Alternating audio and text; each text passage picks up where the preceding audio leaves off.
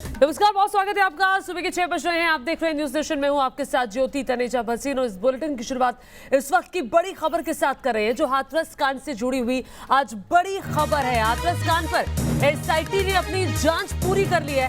अब बहुत जल्द ही कोई बड़ा खुलासा अपने रिपोर्ट में एसआईटी कर सकती है। एसआईटी अपनी रिपोर्ट आज मुख्यमंत्री योगी आदित्यनाथ को सौंप सकती है, जिसके बाद सीएम योगी इस मामले पर आगे की कार्रवाई का फैसला करेंगे। क्या आज सामने आएगी हाथरस की हकीकत? क्या आज पता चल जाएगा पीड़िता से रेप का सच?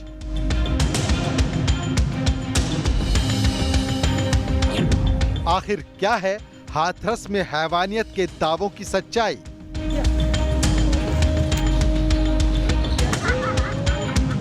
आज एसआईटी की रिपोर्ट करेगी दूध का दूध, पानी का पानी। हाथरस कांड पर आज बहुत बड़ा खुलासा हो सकता है। आज इस वारदात से जुड़े अहम सवालों के जवाब सामने आ सकते हैं, क्योंकि यूपी की योगी सरकार ने हाथरस केस की जांच के लिए जिस एसआईटी का गठन किया था, उसने पूरी घटना पर अपनी रिपोर्ट तैयार कर ली है और आज एसआईटी योगी सरकार को अपनी रिपोर्ट सौंप देगी। तमाम सबूतों और गवाहों के आधार पर तैयार इस रिपोर्ट से कई अहम सवालों के जवाब मिलने और कई बड़े आरोपों से पर्दा हटने की उम्मीद है। मसलन 14 सितंबर के दिन दलित लड़की के साथ क्या हुआ था? क्या पीड़िता के साथ सचमुच गैंग रेप हुआ था? क्या पीड़िता के परिवार ने किसी दबाव में आकर अपने बयान बदल दिए? आखिर क्या है गांव के दो परिवारों में जातिगत दुश्मनी की कहानी? इन तमाम सवालों के जवाब ढूंढने के लिए एसआईटी की टीम 5 बार पीड़िता के गांव हाथरस के बुलगढ़ी गई। इस दौरान एसआईटी ने गांव में पीड़ित परिवार से मुलाकात की, उनसे सवाल जवाब किए, साथ ही आरोपियों के घर वालों से भी पूछताछ की। मंगलवार को भी एसआईटी ने करीब 1 घंटे तक पूरे मामले की पड़ताल की। इस दौरान एसआईटी ने मौकाए वारदात पर जाकर उन खेतों का भी मुआयना किया जहां पीड़िता के साथ रेप और मारपीट के आरोप लगाए गए।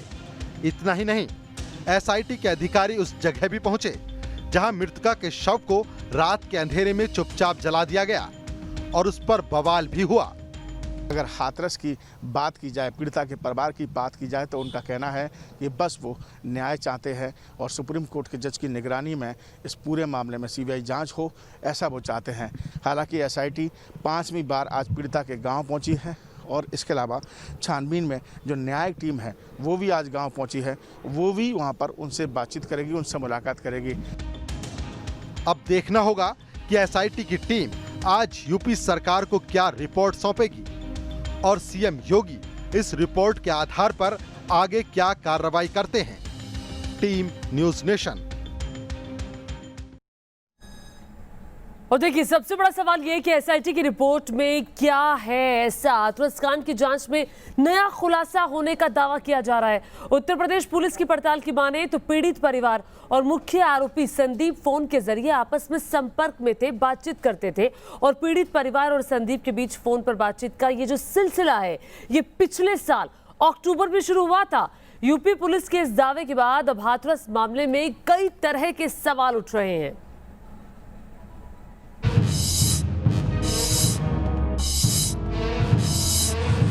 कॉल डिटेल से हाथरस मामले में आया नया ट्विस्ट।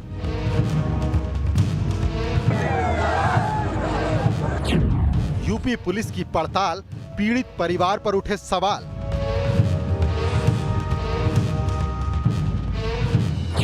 पीड़िता के भाई और आरोपी के कॉल डिटेल से हुआ बड़ा खुलासा।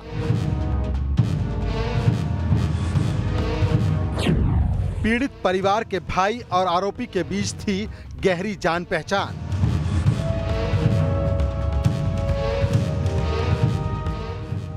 यूपी के हाथरस केस में हर दिन नई परतें खुलती जा रही हैं। अब इस केस में नया और बेहद चौंकाने वाला ट्विस्ट आ गया है। दरअसल हाथरस कांड में यह खुलासा यूपी पुलिस की जांच में हुआ है।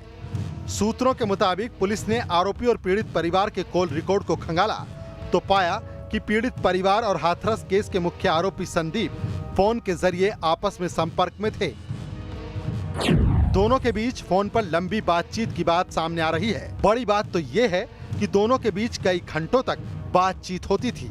दोनों के बीच 13 अक्टूबर 2019 से मार्च 2020 तक 104 बार बातचीत हुई थी। बीते 6 महीनों में दोनों के बीच करीब 5 घंटे बात हुई थी। सूत्र बताते हैं कि इसमें से 62 कॉल पीड़ित परिवार की ओर से की गईं, तो वहीं 42 कॉल आरोपी संदीप की ओर से की गई थी।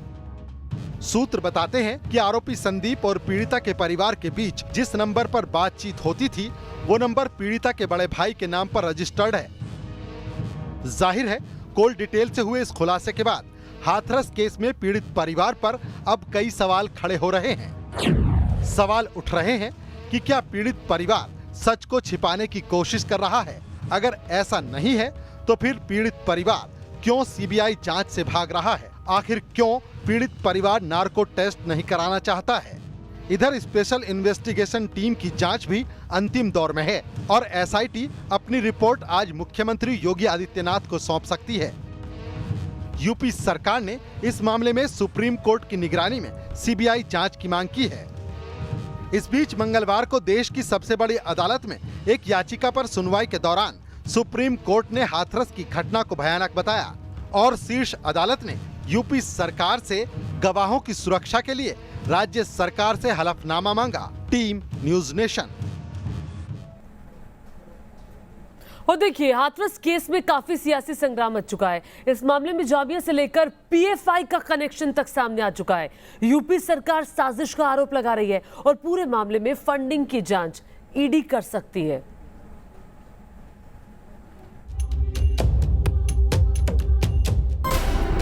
क्या है हाथरस कांड का जामिया कनेक्शन?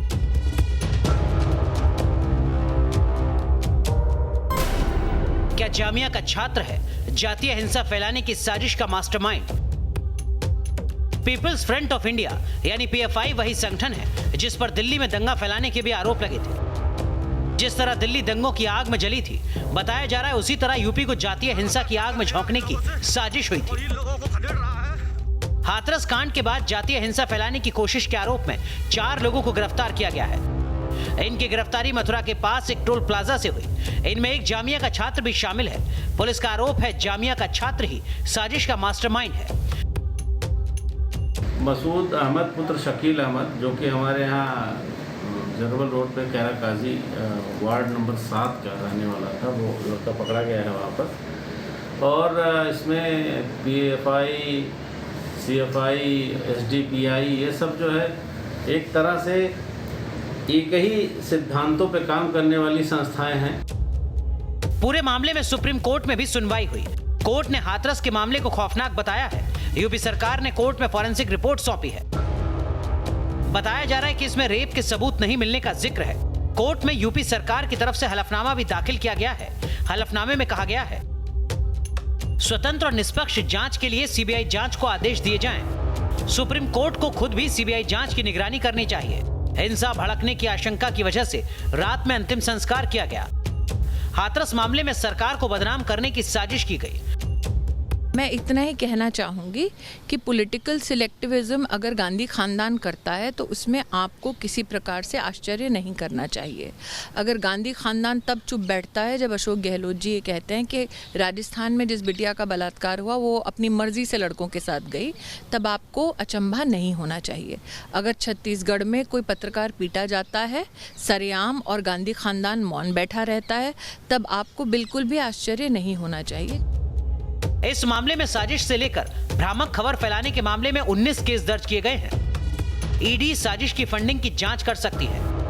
क्या जातीय हिंसा फैलाने के लिए फंड दिए गए? मामले की जांच के बाद ईडी मनी लॉन्ड्रिंग का केस भी दर्ज कर सकती है। Team news nation.